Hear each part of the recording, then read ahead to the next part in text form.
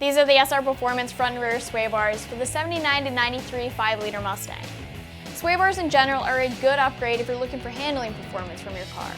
They help to control body roll while still allowing each corner of the suspension to act independently, and ultimately what that means is that it's going to help you keep the car balanced and gripping the road with as much of a tire contact patch as possible. This kit has a front adjustable tubular sway bar and a solid rear sway bar. This kit is also the most budget-friendly option for the Fox body. That means that this kit's going to be a good option for someone that's budget-minded, but that's still looking for the benefits of upgrading sway bars with an adjustable front sway bar that'll give you some handling options and a solid rear sway bar. The install for a set of sway bars is easy. It's a 1 out of 3 wrenches in the difficulty meter. You can plan on spending about 2 hours getting these on the car. Sway bars have a big impact on the handling of any Mustang, and so I consider them to be one of the most cost-effective handling upgrades. They provide a lot of benefits like less body roll, and they give better all-around handling, and to top it off, they aren't as expensive as other suspension mods. Basically, what I'm saying here is that sway bar kits like this one here have a positive impact on all-around handling performance with one single purchase. The sway bar is all about reducing twisting and having torsional resistance, which then leads to lever force and tells the car how much the sway bar will limit the body roll. It's all about keeping the car level through the twisting action, or lack thereof, of the sway bar. There are a few things that affect how much of an impact a sway bar has. So what impacts the effectiveness of the sway bar? A few things, like thickness and composition of the bar, the geometry of the bar, meaning the twists and bends of the bar, and the length of the lever arm, and the bushings that are going to be used in the end links all have an impact on the sway bar. So the thickness of the bar and its composition are going to play a big role in the effectiveness of the bars. This kit comes with both a tubular and a solid bar that are made from cold-formed aircraft-grade steel that's then powder-coated. The front bar in this kit is tubular, which means that it's going to be strong, but also lightweight, especially when you compare it to a solid bar. The rear bar is a solid bar, so it's going to have more weight to it and a little less torsional rigidity, which for the rear of the car isn't a bad quality. Both of these bars are upgrades over the factory bars when you look at thickness and diameter. The front bar is 36mm and the rear bar is 24mm, and when it comes to the diameter, even small increases in the diameter make a large difference in the torsional rigidity. So a difference as small as 1mm can make a big difference in the effectiveness of the bar. The next thing is the geometry of the bar. There are a few things to consider here. The first thing I'm talking about when I say geometry of the bar is the number of bends. The number of bends in a bar does affect its torsional rigidity, so if you think about it as all other things being equal, a bar with a lot of bends will need a larger diameter to have the same spring rate as a straight bar. But the key when it comes to geometry is going to be the length of the lever arm, which is right here. Your end link mounting points are in your lever arm, and the front bar has a longer lever arm because you have 2 mounting options. When you look at the length of the lever arm, the shorter the lever arm is, the greater torque and the more force that the bar will have. This is what you're adjusting when you're moving around between the points on an adjustable bar. The amount of force and torque that's going to be applied to that outside control arm in order to decompress the outside suspension. Now you have 2 different options here when you go to install this bar, depending on what kind of performance that you're looking for. So just know that if you're hanging out here at the end of the lever arm, you're creating a softer setup. The last thing I'll talk about is going to be the bushings for the end links, since they're going to have an impact on the sway bars. These bars come with front end links and polyurethane bushings, which is going to be a good option for a street car. Poly bushings are more rigid than the factory soft rubber bushings, but they aren't too rigid to stop all movement.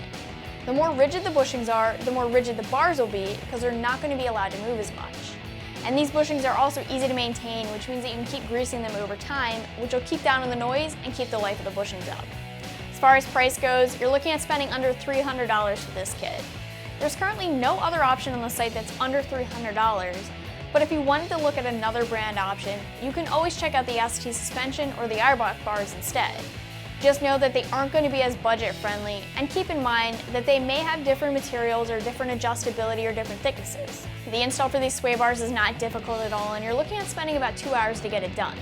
It's a 1 out of 3 wrenches in the difficulty meter. Alright guys, so we're going to start with our rear sway bar. Uninstall on this is pretty straightforward. You just have a couple of nuts and bolts on either side.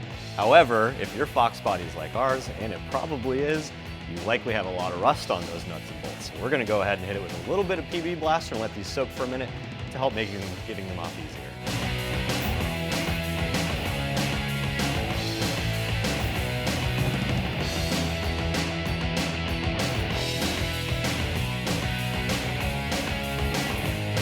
Okay, so now that we have our nuts and bolts sprayed down pretty well, we're gonna go ahead and start removing them. For that, you're gonna need a 17mm wrench and a 17mm socket. When you go to remove these, you're gonna wanna have a friend help you, or you're gonna wanna have a pole jack to support your sway bar, because once you pull these 4 nuts and bolts, it's gonna go ahead and come right off the vehicle.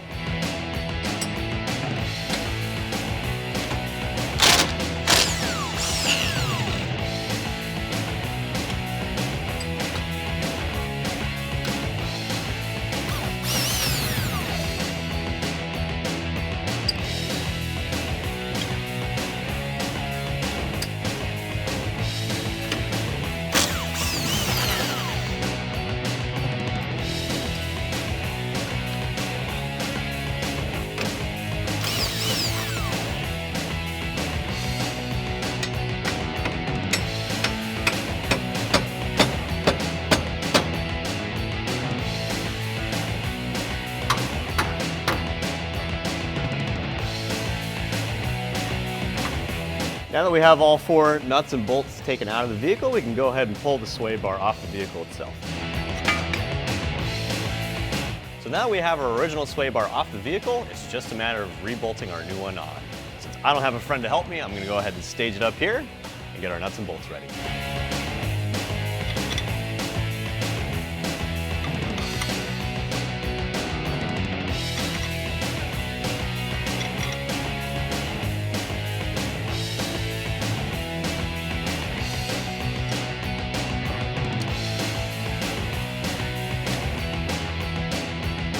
All right guys, once you have one side of the sway bar attached to the vehicle with the bolts, you're gonna have to push the other side in. It has a little tension on it, so you're gonna have to use a little bit of muscle.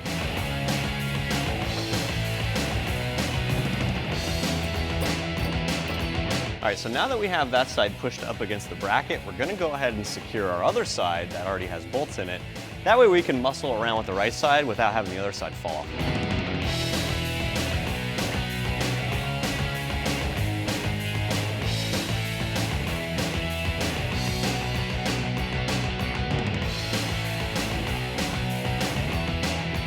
So now that we have our driver's side loosely secured to the vehicle with the nuts hand tightened, we can start to work on this guy.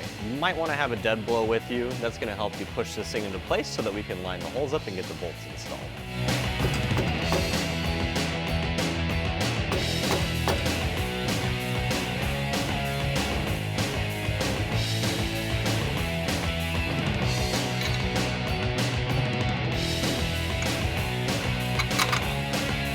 So now that we have all 4 of our bolts installed and the sway bar is actually connected to the vehicle with the bolts, we're gonna go ahead and put on our nuts on this side and tighten everything down.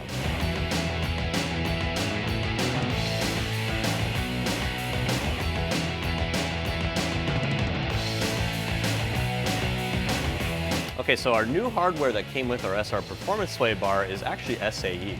So to get these tightened out of the vehicle, you're gonna need a 9/16 wrench and a 9/16 socket.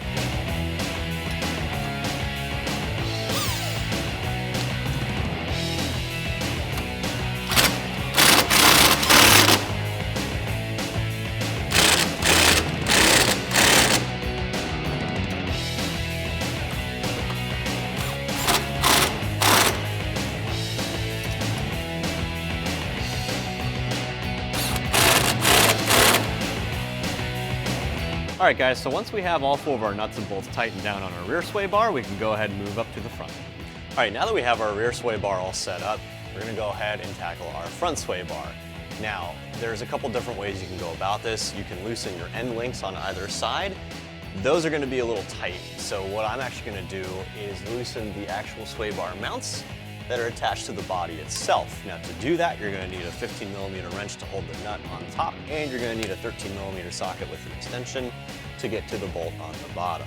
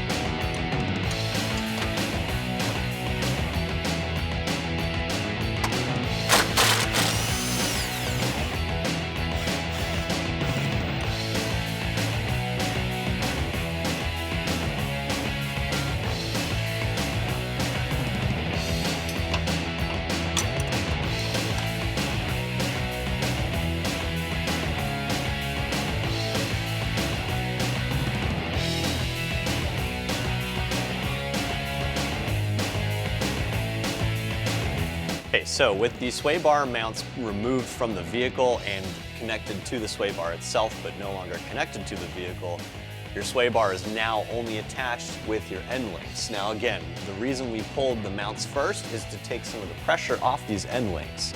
If you try and pull the end links first, it might be a little tight because there is usually tension on them if the sway bar is still mounted to the vehicle. On a convertible car, you have these chassis braces here. That's going to kind of support the bar, so just keep that in mind if you're working on a coupe. I'd have a friend with you or a pull jack to kind of keep this thing in place. As you pull the end links, then you can remove the bar from the vehicle. All right, now we're going to go ahead and loosen our end links. So for that, you're going to need a 14mm socket and a 14mm wrench.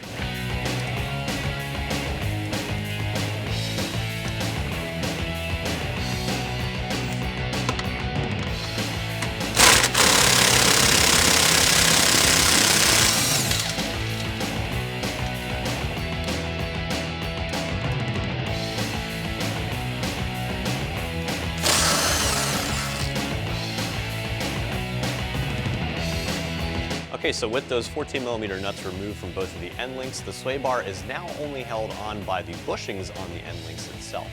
Now what you can do, you can just pull those rubber bushings off and pull the sway bar from the vehicle, and then you can pull the end links out if you're going to replace them with the new hardware.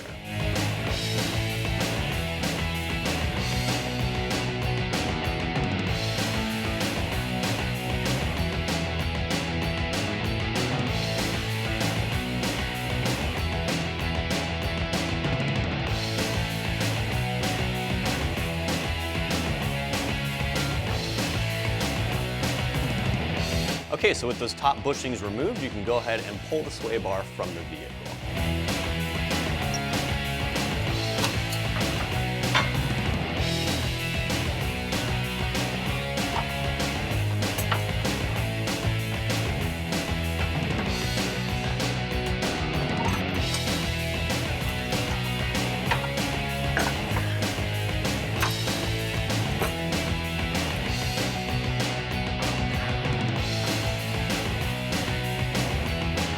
Okay, so if your car has had some miles on it with the original end links, they might get stuck in place with those rubber bushings. However, when you pull your sway bar, they might just fall from the vehicle. If they are held in place, you just got to pull all the hardware off the end link and you can pull it out from the lower control arm.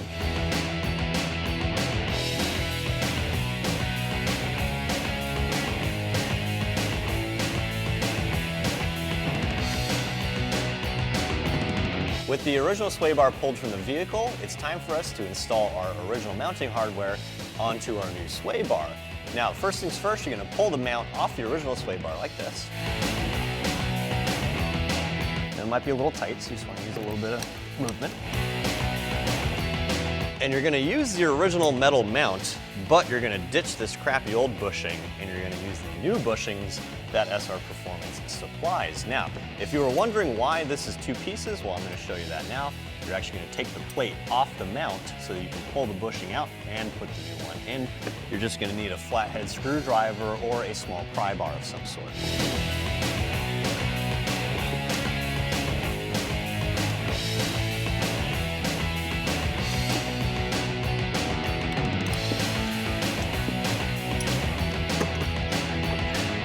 Now, with the plate removed, you can pull the bushing out pretty easily. It should be pretty pliable because it should have some age to it. And then once you pull that out, you can put your new bushing in. Now, this is how it's going to sit on the vehicle. However, if you take a look at your new sway bar, you'll notice that the end link mount is a lot wider than the original one. So you might have some difficulty sliding this on like so. To make it really easy, what you're going to do is you're actually going to take the bushing, and you can see it's cut already for you. You're going to slide it over the bar itself, and then you're going to actually install your metal bracket over it once it's on the bar. That way you can bypass this large lip altogether.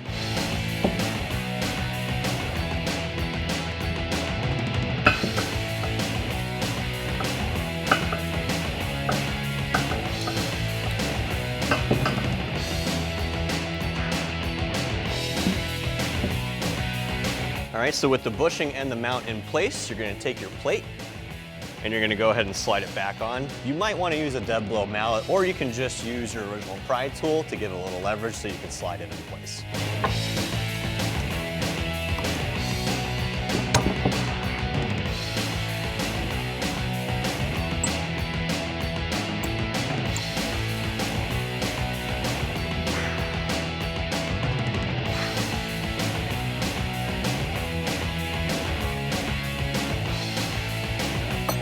And then it's the same thing for the other one. Just go ahead and pry out our bottom clip here.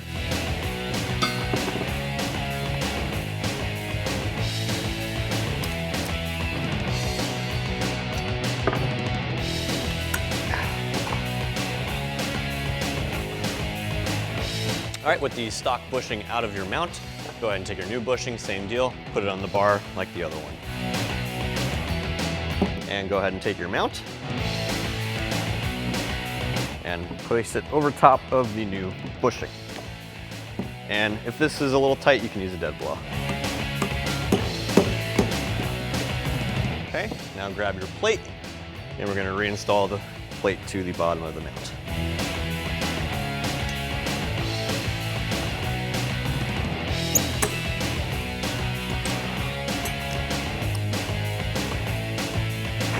Okay, so with your new sway bar set up with your bushings and mounts, it's time to install it on the vehicle. Now, since we're working on a convertible, I get the benefit of this chassis brace again. I'm just gonna thread my bar through and let it rest on here while I bolt the mounts up hand tight.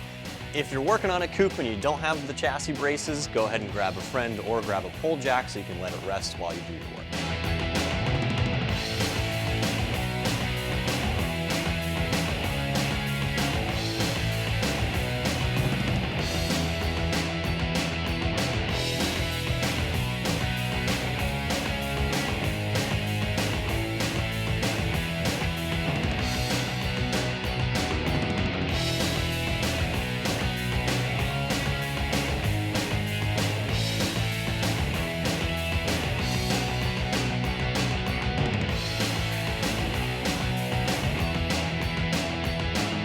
Okay, now that you have your sway bar oriented and the mounts generally in the right place, you're gonna go ahead and tighten these hand tight. You wanna leave them loose enough that the sway bar still has some play in it, and that's so that you can manipulate the end links into place. Now, the end links included with the SR kit are new, but you're actually gonna use your original bolts and nuts for the sway bar mount itself. So we're gonna go ahead and get this hand tight.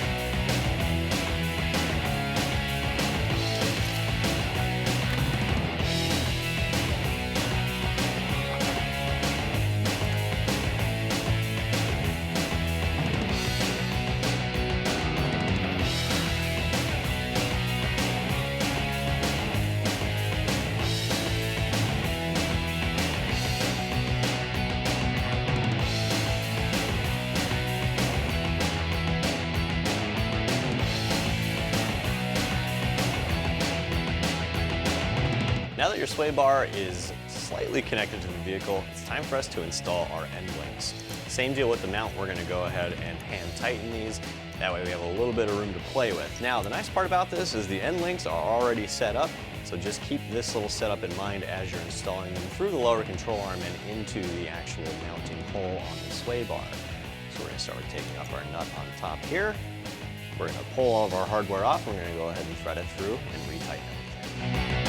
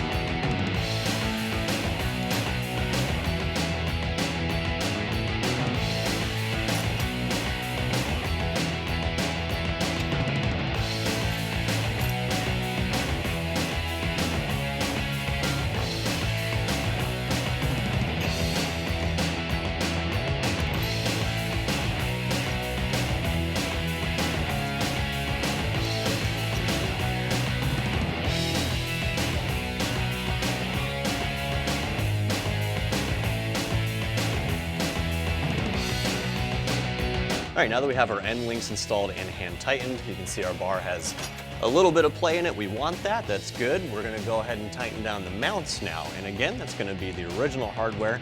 So you're gonna need a 15mm wrench and a 13mm socket.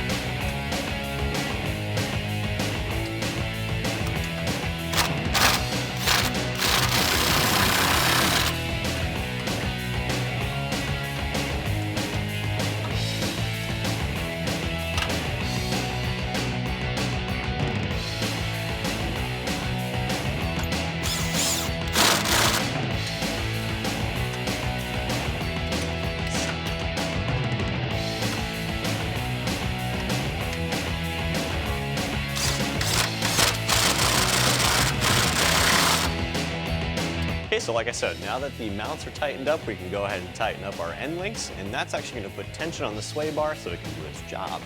Now, the SR end links are not metric, they're SAE, so you're going to need 9/16 wrench and a 9/16 socket to tighten it down.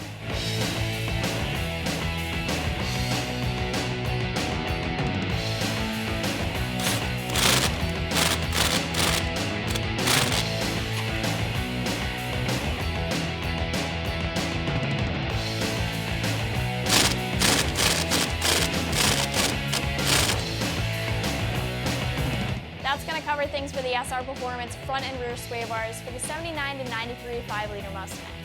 But as always, you can check them out more online right here at AmericanMuscle.com.